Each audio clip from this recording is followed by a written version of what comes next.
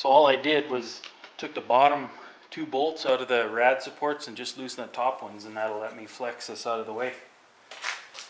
Now we'll see if she'll go in at all.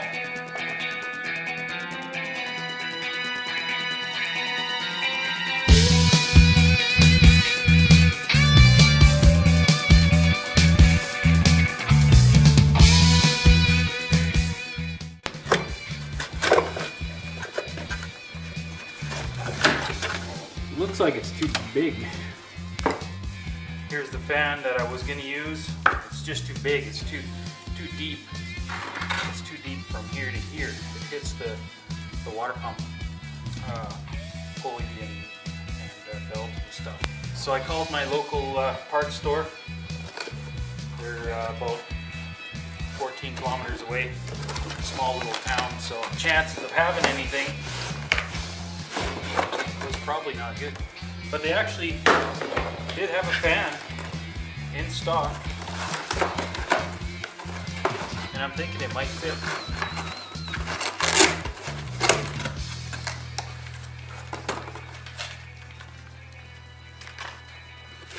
So it's a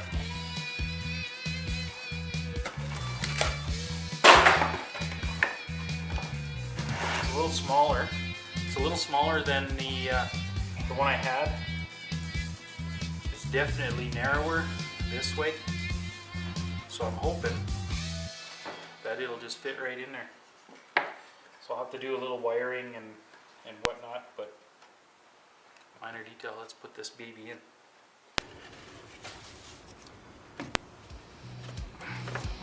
Oh, like a glove. Perfect. I can put that sucker in right there, just like that. Nothing will cause. It's like the perfect fit actually, because it fits right in just below this seam and just above the bottom of the radiator seam. So awesome. So we'll put the little water pump bolts back on. Or nuts, I mean, back on.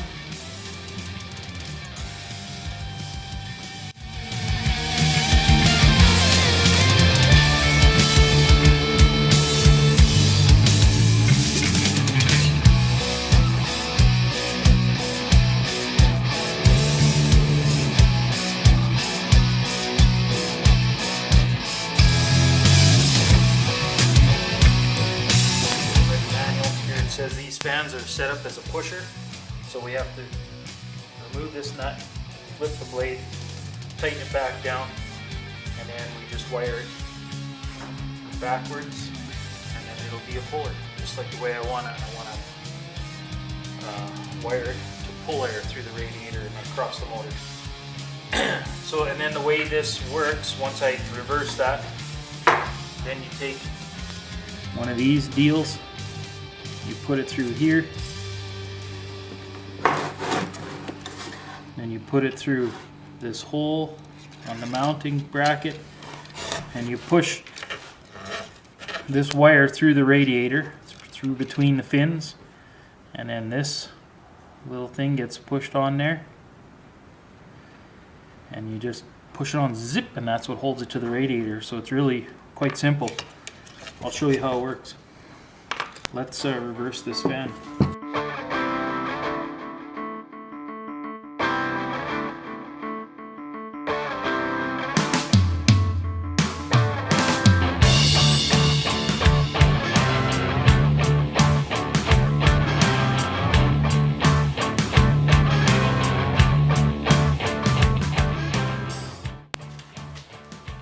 Alright, so then this guy just drops right in like that.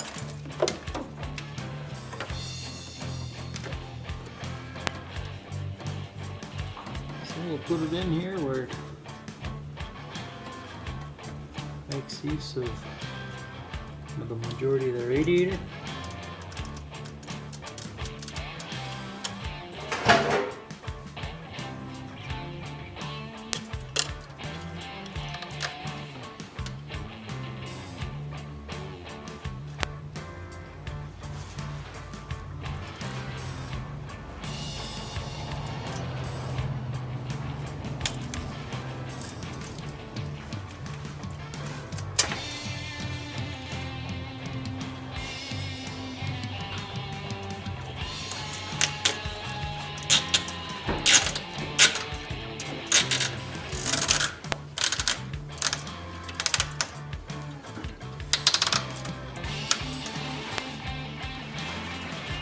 Just like that.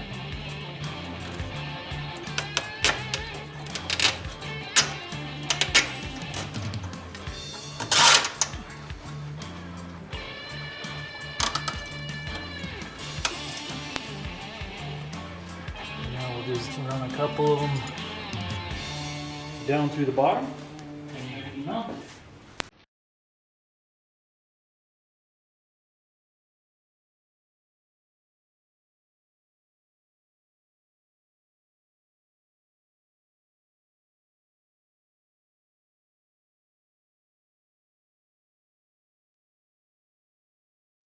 Now I'm just going to put my lower rad mount.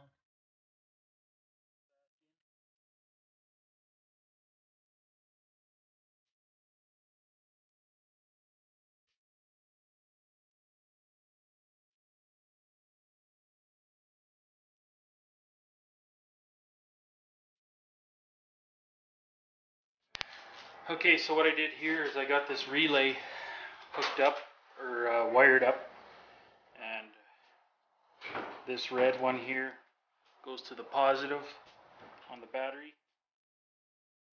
This black one here goes to ground on the body. This one here is power to the fan, power and ground to the fan. This yellow one is your switched hot, so like when you turn your ignition on, it's hot. And then this one here is your temperature sensor, and that I'm going to just screw into the block and hope it works. So let's see how it goes. Okay, so I've decided to mount it on this wiring right down.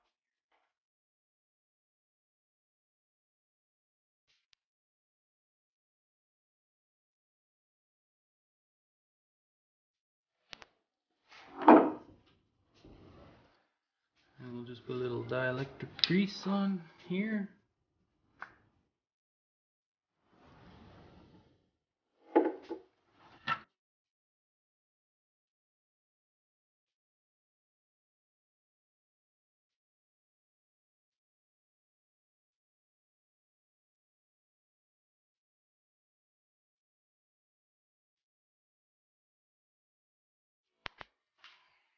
Okay, my batteries died there in the cameras, so I've got everything hooked up from my little fan control solenoid system here. And this is your temperature controller. When this hits, I'm not sure what it's set for anymore, but probably 185 degrees, 195, it should trigger this little solenoid and it should fire up the fan. So let's try it out. This here is supposed to get to keyed power or switched power or something like that. But I'm just going to touch it to the battery live here for now.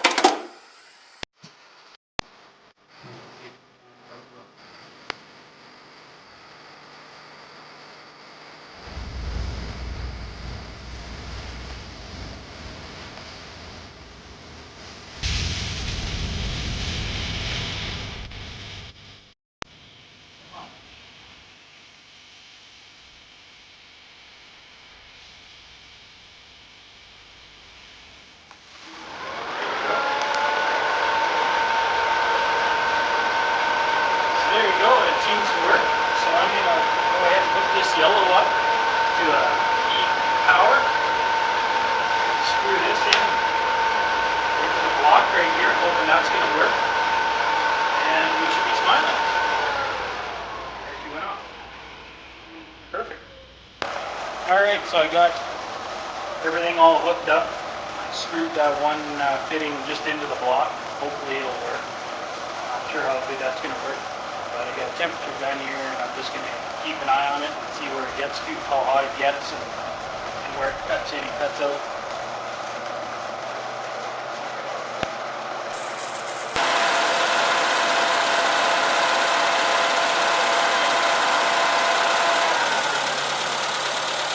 Yeah, so you can see fans cutting in and out. Cuts in, it looks like 195. I might adjust it so it cuts in like 185, something like that. Running with the wind at my back down the highway, it was still getting warm. So But as you see when I was installing this fan kit, the radiator is not in the greatest of shape, so more than likely I'm going to need to get a new radiator sometime in the future here. But other than that, everything works good.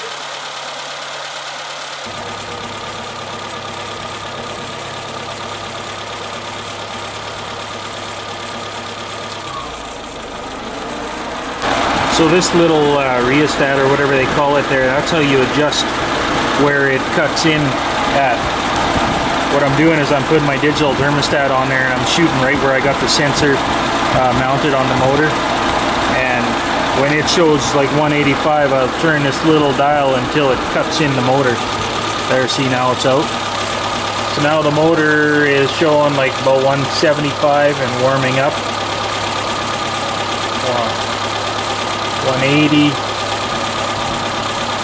roughly. 185 at the bottom of the thermostat.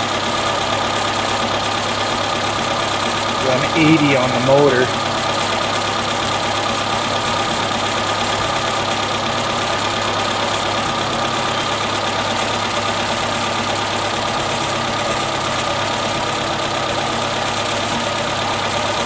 Still showing like 183 at the motor.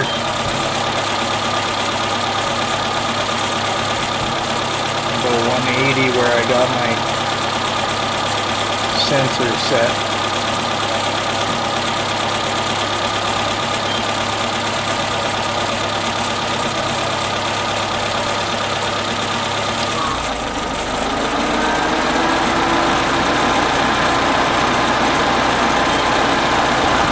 Yeah, I think it's pretty good there.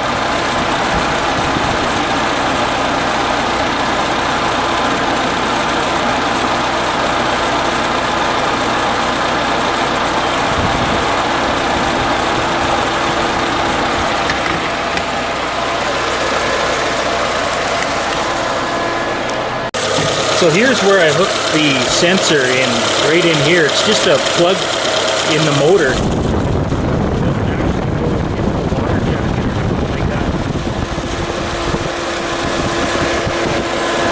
Here's the actual temperature sensor for the motor.